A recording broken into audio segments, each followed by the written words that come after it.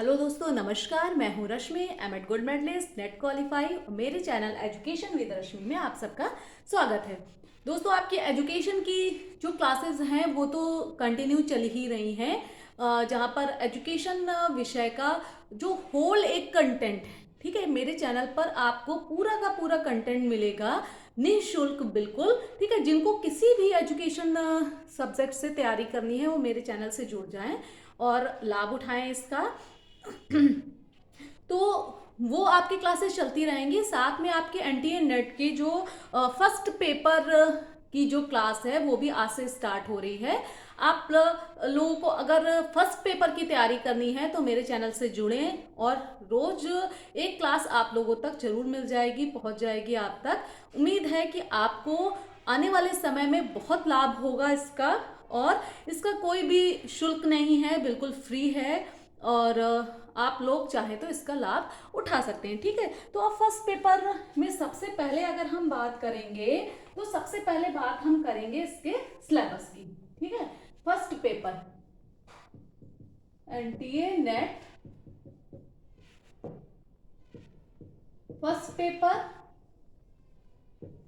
ठीक है। जो आपका फर्स्ट पेपर है, कहते हैं सब्जेक्ट कहीं ना कहीं आपकी जो सफलता है, नेट जेआरएफ निकालना है आपको, तो उसमें कहीं ना कहीं फर्स्ट पेपर का जो रोल होता है वो बहुत ज्यादा अहम होता है, ठीक है। क्योंकि सब्जेक्ट की नॉलेज तो आपको होती है, आपको फर्स्ट पेपर पर जब एक एक क्वेश्चन पर आपको फोकस करते हैं तब जाकर आप कहीं जेआरएफ क्वालिफाई कर पाते हैं, नेट निकाल पाते हैं, नेट क्वालिफाई कर पाते हैं। तो इसमें सबसे पहले बात करें तो 50 क्वेश्चन होते हैं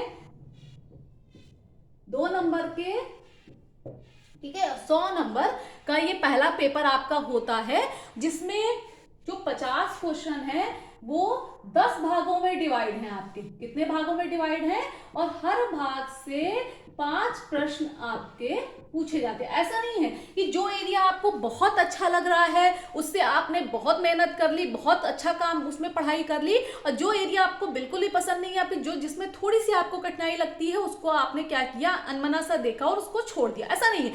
जब 10 के 10 टॉपिक पर आप पूरी तरह से मेहनत करेंगे और 5 प्रश्नों की तैयारी करेंगे हर टॉपिक से, तब जाकर कहीं सफलता आपको मिलेगी। क्योंकि फर्स्ट पेपर ही पूरा का पूरा डिपेंड करता है आपके रिजल्ट पर, ठीक है। तो आज से हम तैयारी करेंगे एनटीए नेट के या फर्स्ट पेपर की इस बार जेआरएफ आपका बिल्कुल पक्का हो जाए, ठीक है। तो सबसे पहले हम बात करते हैं, इसमें जो पहला पॉइंट है, जो पहला का पॉइंट है वो टीचिंग एप्टीट्यूड, यानी कि शिक्षण अभिक्षमता। शिक्षण अभिक्षमता, इससे कितने क्वेश्चन आएंगे, 5 क्वेश्चन आएंगे। इसमें शिक्षण अभिक्षमता में आपको क्या क्या पढ़ना है। शिक्षण अभिक्षमता यानी कि शिक्षण जो क्या होता है, शिक्षण की प्रकृति क्या है, शिक्षण के उद्देश्य क्या है, शिक्षण की विशेषताएं क्या हैं, और कौन कौन से ऐसे कारक हैं जो शिक्षण प्रक्रिया को प्रभावित करते हैं। साथ में जो इवैल्यूएशन सिस्टम होता है, यानी कि हमारी जो मूल्यांकन प्रणाली है, उसके बारे में हम इसमें बात करेंगे। दूसरा है अनुसंधान अभिक्षमता, ठीक है। यानी कि इसमें अनुसंधान के बारे में पूरी की पूरी जानकारी, क्या होता है, कि किस तरीके से रिसर्च किया जाता है, इनके कौन कौन से प्रकार होते हैं, ठीक है। और मेन चीज की एक थीसिस कैसे लिखी जाती है, आर्टिकल कैसे लिखा जाता है, उनके बारे में इसमें क्वेश्चनिंग होती है। तो पूरा का पूरा एक सिलेबस इसका कवर होगा इसमें, ठीक। यूनिट 3 जो आपकी है वो क्या है, गद्यांश, ठीक है, कॉम्प्रिहेंशन। आपका यूनिट 3 में जो एक पैराग्राफ आएगा, एक पैराग्राफ आएगा, उसके नीचे क्वेश्चन दिए होंगे, आपको उसके क्या होगा, पैराग्राफ से क्वेश्चन के आंसर देने। सुनने में तो ये बहुत अच्छा लगता है, हाई स्कूल इंटर लेवल पर कॉम्प्रिहेंशन आता है, अपठित एक गद्यांश आता है, लेकिन जो गद्यांश होता है वो भी एक क्या होता है, एक तार्किक रूप में होता है, ठीक है। कितनी कितना आप उसको समझ पाते हैं, आपका मेंटल लेवल कितना सक्षम है, आप मानसिक रूप से कितना सक्षम है उसमें कही गई बातों को समझने के लिए और उनकी क्वेश्चन के सही सही आंसर देने के लिए। ठीक है, फिर उसके बाद आता है कम्युनिकेशन यानी कि संचार। संचार के बारे में क्या है, क्या इसकी विशेषताएं हैं, क्या प्रकार हैं। एक इफेक्टिव कम्युनिकेशन यानी कम्युनिकेशन के कहाँ क्लासरूम में सबसे इंपॉर्टेंट जो कहते हैं रोल किसका होता है, कम्युनिकेशन का, संचार का, यानी कि जो हम कह रहे हैं वही बात बच्चा उसी अर्थ में समझे। ठीक है, फिर यूनिट 5 आती है आपकी reasoning, mathematical reasoning and aptitude.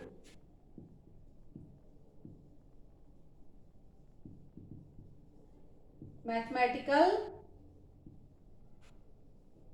Reasoning and aptitude. ठीक है, यहां पर रीजनिंग यानी कि तर्क के जो प्रकार होते हैं उनको, और जो मैथमेटिकल रीजनिंग है यानी कि जो गणितीय तर्क है यहां पर उससे संबंधित प्रश्न आपसे पूछे जाएंगे। ठीक है, 5 आपके पॉइंट क्लियर हो गए।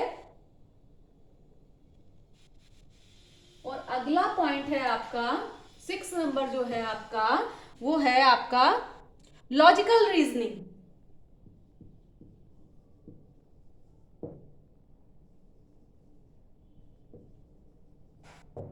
लॉजिकल रीजनिंग, इसमें जो आपके जो भारतीय जो तर्क हैं, वेन आरेख है, यानी कि यहाँ पर तर्कों की संरचना के बारे में जानकारी पहले आपको दी जाएगी, फिर वेन आरेख और फिर भारतीय तर्क, जैसे कि आपके प्रत्यक्ष क्या है, अनुमान, उपमान, शब्द, जो इनसे संबंधित हेतुआभास क्या है, इनसे संबंधित जो प्रश्न होंगे वो आपके इस यूनिट के अंदर आएंगे। फिर यूनिट 7 है डेटा इंटरप्रिटेशन।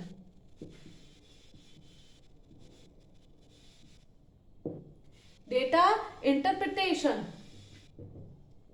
ठीक है, यहाँ पर आपका जो एक टेबल दी होगी यानी कि बार चार्ट होगा या पाई चार्ट होगा, उनमें से आपकी टेबल चार्ट होगा, उनमें से आपकी क्वेश्चनिंग होगी और उन क्वेश्चन के आंसर आपको देने होंगे। ठीक है, फिर ICT, information and communication technology, यानी कि संचार, सूचना एवं संचार प्रौद्योगिकी, इसके बारे में आपसे इसमें क्वेश्चन कुछ पूछे जाएंगे।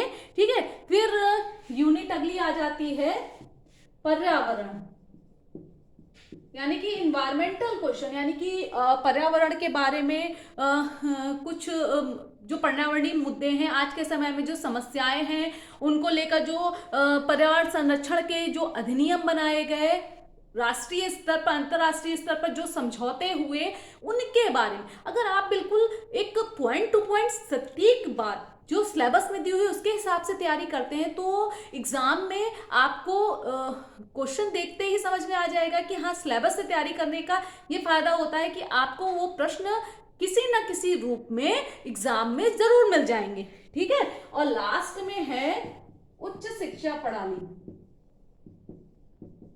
उच्च शिक्षा प्रणाली, यानी कि जो हायर एजुकेशन है, हायर एजुकेशन स्वतंत्रता से पहले की, इसमें स्वतंत्रता के बाद की, और इसी में कहीं वैल्यू की एजुकेशन यानी कि मूल्यों की शिक्षा, यानी कि धीरे धीरे जो मूल्य हमारे कम हो रहे हैं, सोसाइटी में मूल्य गिर रहे हैं, उनका कारण क्या है, तो यहाँ पर वैल्यू एजुकेशन और थोड़ा सा स्किल बेस्ड जो एजुकेशन है, यानी कौशल आधारित शिक्षा, यानी कि हम बच्चों को केवल किताबी कीड़ा ना बनाए, यानी केवल हमने उनको सिलेबस दे दिया, उन्होंने पढ़ लिया, खत्म, ऐसा नहीं है।